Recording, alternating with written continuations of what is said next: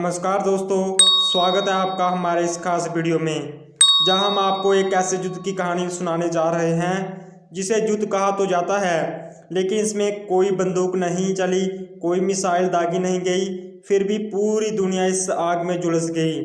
ये वो लड़ाई थी जिसने देशों को दो हिस्सों में बांट दिया, एक तरफ अमेरिका और दूसरी तरफ सोवियत संघ यानी कि यूएसएसआर।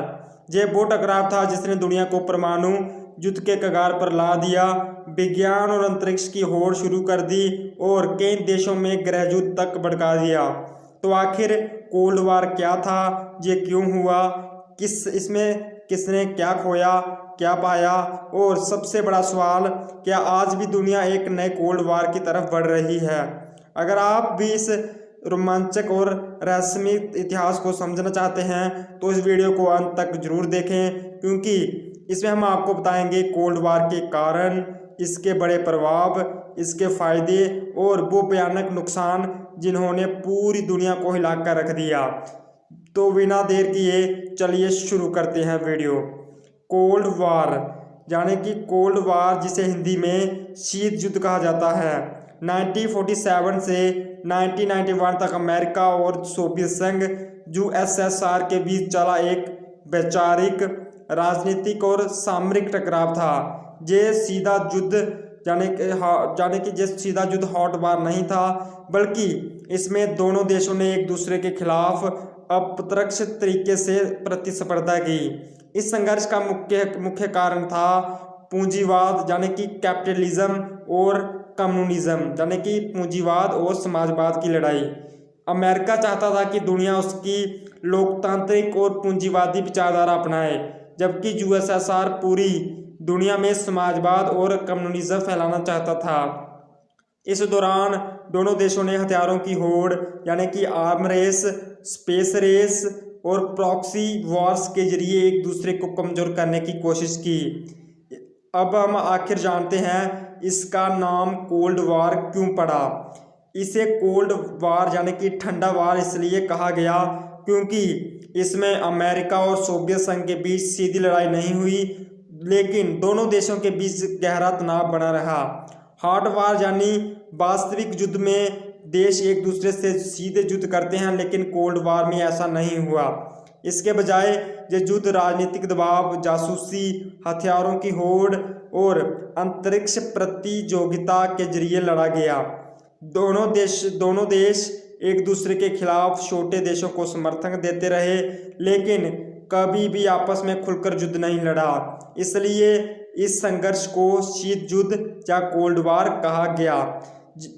अब हम बात करेंगे कॉजेज ऑफ कोल्ड वार, यानी कि कोल्ड वार के क्या क्या कारण थे। पहला कारण था आइडियोलॉजिकल डिफरेंसेस यानी कि वैचारिक मतभेद। अमेरिका कैपिटलिज्म को मानता था, जिसमें लोकतंत्र, प्राइवेट बिजनेस और खुली अर्थव्यवस्था थी यानी कि ओपन इकोनॉमी थी। सोवियत संघ समाजवाद यानी कि कम्युनिज्म को मानता था, जिसमें सरकार को पूरी अर्थव्यवस्था और लोगों पर नियंत्रण था। दोनों महाशक्तियां अपने विचार पूरी दुनिया में फैलाना चाहती थी, जिससे टकराव शुरू हुआ। सेकंड काजेस जो है, दूसरा कारण था, वो था सेकेंड वर्ल्ड वार के बाद तनाव। सेकेंड वर्ल्ड वार यानी कि 1939 से 1945 में अमेरिका और यूएसएसआर ने जर्मनी को हराने के लिए साथ काम किया, लेकिन युद्ध खत्म होने के बाद उनके बीच मतभेद बढ़ गया। अमेरिका को डर था कि यूएसएसआर यूरोप और एशिया में कम्युनिज्म फैला देगा। थर्ड जो है कॉजेज वो देखते हैं, आर्म रेस यानी कि परमाणु हथियारों की होड़। अमेरिका और यूएसएसआर ने एक दूसरे से आगे निकलने के लिए परमाणु हथियारों का निर्माण तेज कर दिया। दोनों देश एक दूसरे को दबकाने के लिए नए नए मिसाइल और बम बनाने लगे। ये था आर्म रेस। अब हम बात करेंगे एपियोंग एंड प्रोपोगेंडा वार यानी कि जासूसी और प्रचार युद्ध। अमेरिका की CIA और यूएसएसआर की KGB ने एक दूसरे के खिलाफ जासूसी करना शुरू कर दिया। मीडिया, फिल्मों और रेडियो के जरिए एक दूसरे के खिलाफ प्रचार किया गया।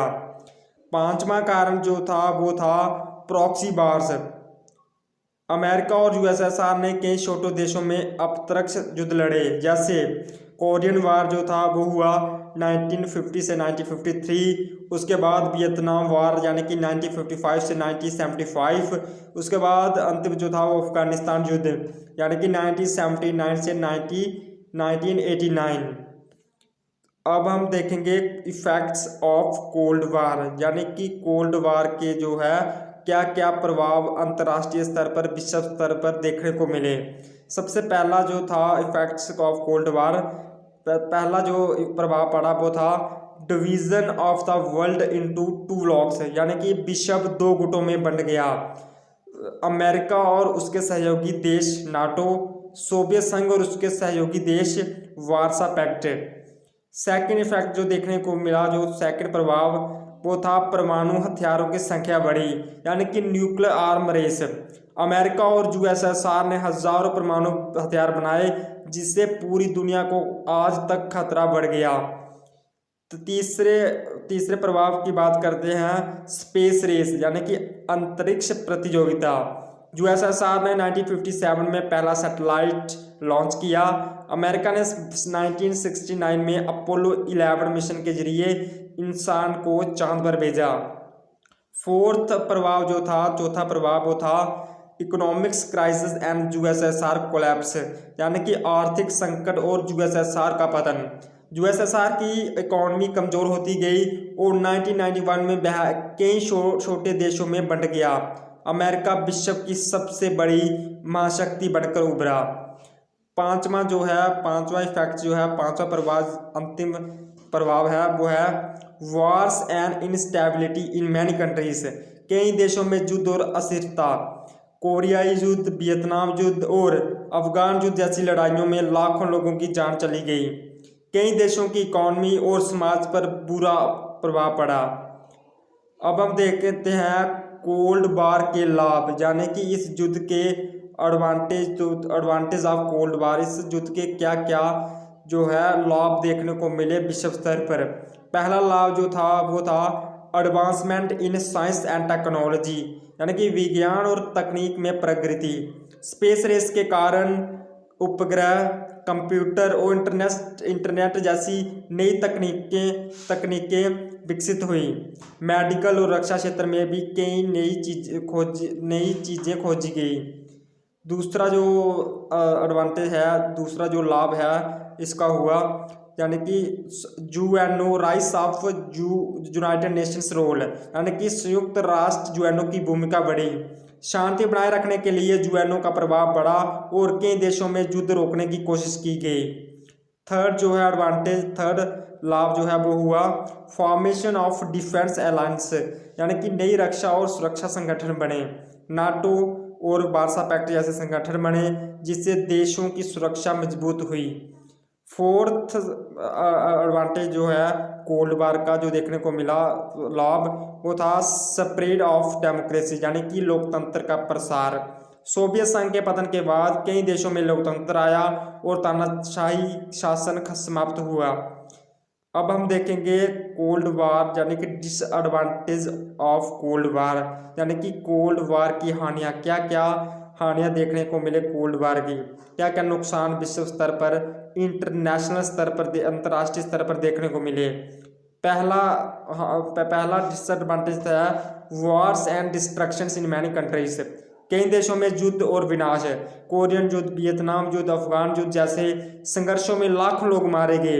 इन देशों की इकॉनमी और विकास बुरी तरह प्रभावित हुआ।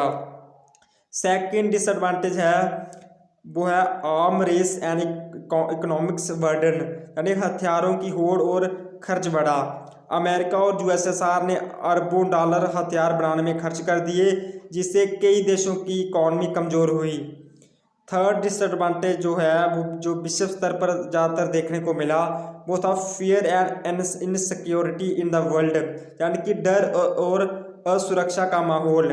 परमाणु युद्ध के डर से पूरी दुनिया में असुरक्षा का माहौल बना रहा। लोग हमेशा इस डर में रहते थे कि कहीं परमाणु युद्ध ना छिड़ जाए। अगर आज की डेट की बात करें तो अमेरिका, रशिया और चाइना, ये तीनों जो है वो न्यूक्लियर पावर है और इनके पास बहुत ज़्यादा बड़ी मात्रा में जो है वो हथियार हैं, परमाणु हथियार। अब हम बात करेंगे फोर्थ डिसएडवांटेज की, जो अंतर्राष्ट्रीय स्तर पर देखा गया, वो था political instability in many countries, यानी कि कई देशों में राजनीतिक अस्थिरता। यूएसएसआर के पतन के बाद रूस और अन्य देशों में राजनीतिक अस्थिरता बढ़ गई कि कुछ देशों में गृहयुद्ध और दंगे बढ़ गए। कोल्ड वार दुनिया की दो सबसे बड़ी महाशक्तियों के बीच एक लंबे समय तक चला संघर्ष था, जो सीधे युद्ध के बजाय राजनीतिक, आर्थिक, सैन्य और वैचारिक स्तर पर लड़ा गया। इसका असर पूरी दुनिया पर पड़ा।